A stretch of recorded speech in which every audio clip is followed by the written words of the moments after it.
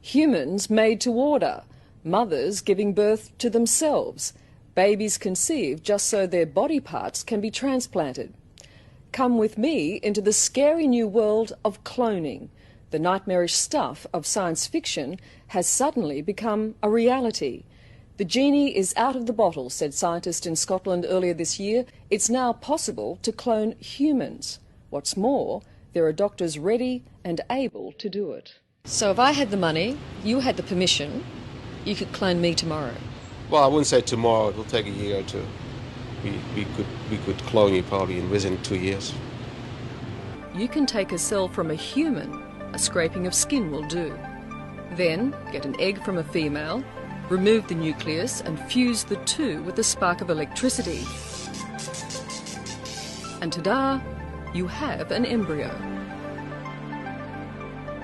Implant the embryo in a woman and 9 months later you have a carbon copy of the person from whom the skin scraping was taken. We can show you a photograph album of exactly what your child will look like on the 2nd birthday, 4th, 8th, 10th, 32nd birthday, come to that. We can show you they'll have a receding hairline at the age of 34, they'll be completely bald at 45, but a musical genius into the bargain. That's great.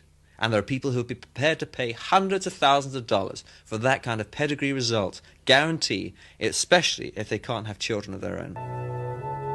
Just as horrifying, say the critics, is the very real scenario of desperate people who are dying of diseases, growing clones of themselves just to harvest the newborn's vital organs.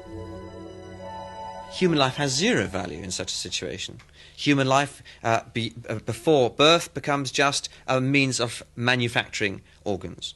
The fact is we don't have the technology to grow an individual organ in a test tube because it needs a blood supply, it needs a liver, it needs kidneys.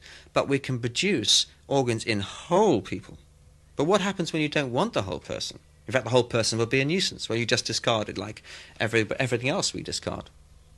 And this is horrendous. Would you feel comfortable about cloning for human body parts? No, I don't think that's an appropriate thing to do if it would harm the newborn child, because the newborn child should be treated like any other child in the world and be given all of the rights of human dignity. So it would be totally unethical to have a new child born and take a heart out of that child. That would be equivalent to murder.